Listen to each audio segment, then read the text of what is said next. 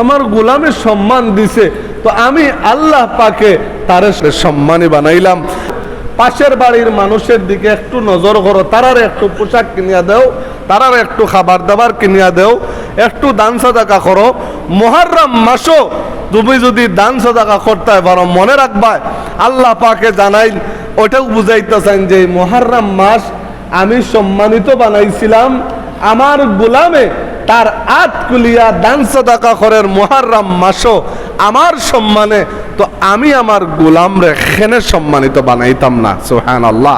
তাইলে আমি আমার গোলামরে ওই মুহররম মাস অর্থাৎ বৎসরের প্রথম মাস, ওই প্রথম মাসও আমার গোলাম এরকম ইবাদত বন্দেগীত লিপ্ত, এরকম দান সাদাকাত লিপ্ত, এরকম নম্র ভদ্র আচরণ করেন মানুষের সাথে, তো আমার বন্দারে এই যে নম্রভদ্র আচরণ করেন মানুষের সাথে, মানুষে বাজে আচরণ করা তারপরেও সে করেন না, আমার গোলামরে আমি ওলির দফতরের নামটা উঠাইয়া দেই। সুবহানাল্লাহ। আমার গোলামের রোজা মুহররম মাসও আমারে ভয় করিয়া সম্মান করিয়া আমার গোলামরে পুরা বৎসরের গুনাহ মাফ করিয়া দেই।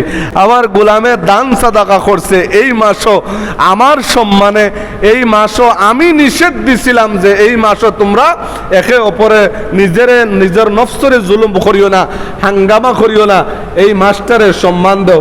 আমার গোলামে সম্মান দিছে, তো আমি আল্লাহ পাকে তারে সম্মানী না বানাইয়া যাই হই, আমি আল্লাহ তারে সম্মানী বানাইলাম। আমার গোলামর অর্থ সম্পদ তাকিয়া এই মাসটা খরচ করছে, আমি আল্লাহ পাকে তার অর্থ সম্পদ কিভাবে বরকত না দিয়া থাকি? দুস্থ বুজুর্গ, এই মুহররম মাস আল্লাহ পাক রব্বুল আলামিন আমরা যে কথাগুলা কইলাম অন্তত প্রত্যেকে আমল করার চেষ্টা করবা।